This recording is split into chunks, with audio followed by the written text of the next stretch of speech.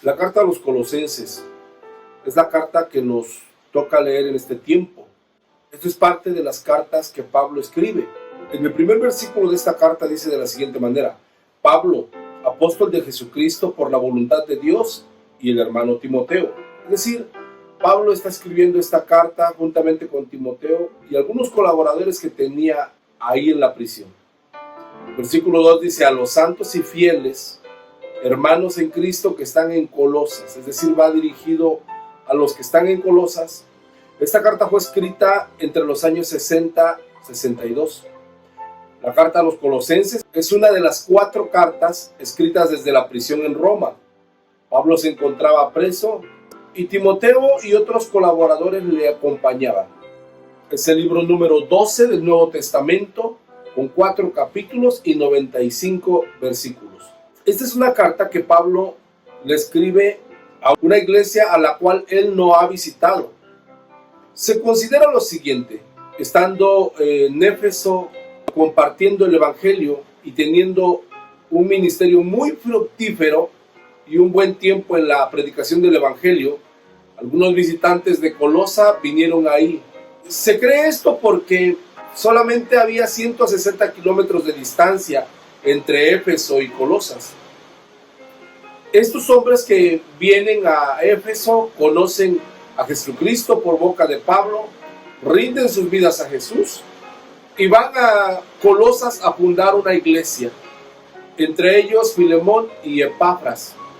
Este último se considera que era el pastor. Epafras visita a Pablo en Roma para llevarle un informe de lo que estaba viviendo. Le comenta que los colosenses tienen muchas virtudes en su fe cristiana, de cómo se ha avanzado, pero también le comenta que los colosenses están cayendo en algunos errores doctrinales.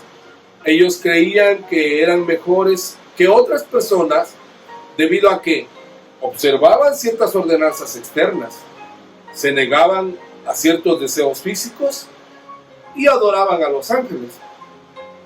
Dichas prácticas llevaban a los colosenses a pensar que estaban santificándose. También creían que por comprender los misterios del universo mejor que otros miembros de la iglesia o de la ciudad, estaban haciendo lo correcto. Claro que Pablo, después de ello, envía esta carta en la cual los corrige, les enseña que la redención solo se puede lograr por medio de Cristo y que deben ser sabios, vivir y servirle a Él. Se puede dividir esta carta en 2 partes principales. La primera es una enseñanza doctrinal contra las falsas enseñanzas, como las que ya nombramos. La segunda se compone de exhortaciones para llevar una vida cristiana correcta. Primero, de una manera personal. Segundo, en la familia. Y tercero, termina dirigiéndose a los siervos y amos, cómo se debe de vivir como buenos cristianos en la nueva vida.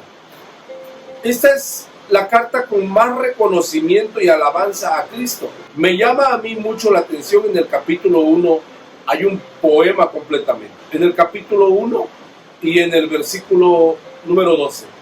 Dice de la siguiente manera: con gozo, dando gracias al Padre que nos hizo aptos para participar de la herencia de los santos en luz, el cual nos ha librado de la potestad de las tinieblas y trasladado al reino de su amado Hijo, en quien tenemos redención por su sangre, el perdón de pecados. Y luego empieza en el versículo 15 un poema para el Señor, el cual dice de la siguiente manera: Él es la imagen del Dios invisible, el primogénito de toda creación, porque en Él fueron creadas todas las cosas, las que hay en los cielos y las que hay en la tierra, visibles e invisibles, sean tronos, sean dominios, sean principados, sean potestades. Todo fue creado por medio de Él y para Él. Y Él es antes de todas las cosas, y todas las cosas en Él subsisten.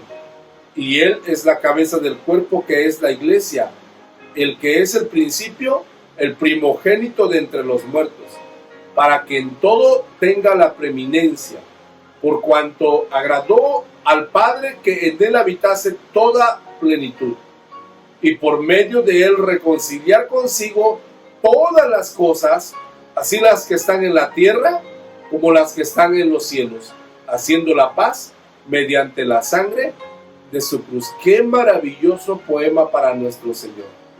Y es que los colosenses, como la mayoría de estos pueblos paganos, adoraban muchos dioses.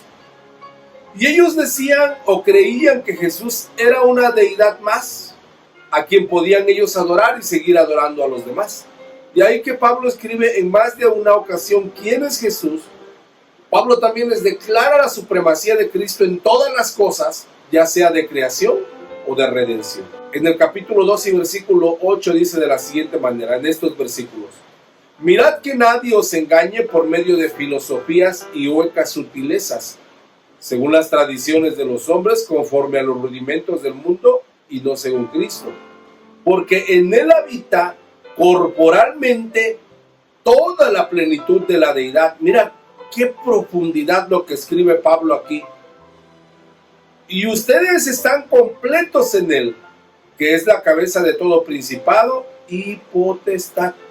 Y es que entre los muchos cultos que ofrecían, uno de los principales en la ciudad era el culto a los ángeles, con Miguel como su deidad principal, ya que creían que la ciudad era guardada o protegida por los ángeles.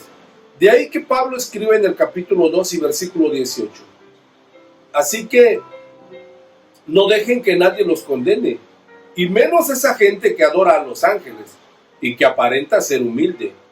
Dicen que ven visiones, pero mienten.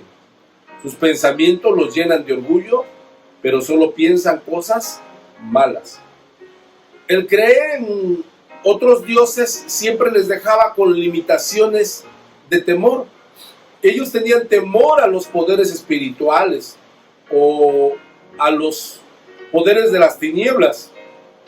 Y Pablo dice, me gusta esta versión de Palabra de Dios para Todos, en el capítulo 2 y versículo 13. Les dice: antes ustedes estaban espiritualmente muertos debido a sus pecados y al no tener la circuncisión en su cuerpo. Sin embargo, junto con Cristo, Dios les dio la vida porque nos perdonó generosamente todos los pecados. Teníamos una deuda porque no cumplíamos las leyes de Dios. La cuenta de cobro tenía todos los cargos contra nosotros, pero Dios nos perdonó la deuda y clavó la cuenta en la cruz. Y mira lo que dice el versículo 15, lo que les dice a ellos para animarlos, para que no tuvieran temor del reino de las tinieblas. Él venció a todos los poderes y fuerzas espirituales a través de la cruz, desarmándolos y obligándolos a desfilar derrotados ante el mundo. La versión 60 dice que los exhibió públicamente. Pero después de eso, Pablo pasa a hablarles en el capítulo 3 y versículo 1 de que ellos busquen las cosas de arriba donde está Cristo sentado a la diestra de Dios. Les llama, les anima a poner la mira en las cosas de arriba y no en las de la tierra. En el capítulo 3 también habla el orden divino para la familia, ya que él les explica que el orden que Dios establecía como hijos de Dios era muy diferente al orden que tenían por la cultura de los romanos del primer siglo, en el cual el hombre, el esposo, era quien tenía el dominio total sobre la esposa, sobre los hijos, sobre sus siervos o esclavos. Y Pablo les da ahí las instrucciones de cómo no deberían de ser estas cosas. Le habla al esposo, a la esposa, a los hijos como padres, a los siervos y a los amos, cómo deberían de vivir de una manera correcta. Creo que podemos aprender mucho de esta carta para nuestro estilo de vida en estos tiempos. Y Pablo termina dando instrucciones de esta carta. En el capítulo 4, versículo 16 dice: cuando esta carta haya sido leída entre ustedes, haced que también se lea en la iglesia de los laodicenses, y que la de Laodicea la leáis también ustedes. Así que esta es una carta, como ya dijimos, con solamente 4 capítulos, pero en la cual aprendemos muchas cosas. Entender un poquito más de algunos puntos que explicamos nos abre el panorama y nos alienta, nos anima a leer esta escritura. Así que te animo a que leas esta carta de principio a fin. No te pierdas ningún capítulo y que podamos ser edificados a través de ella. Dios te bendiga.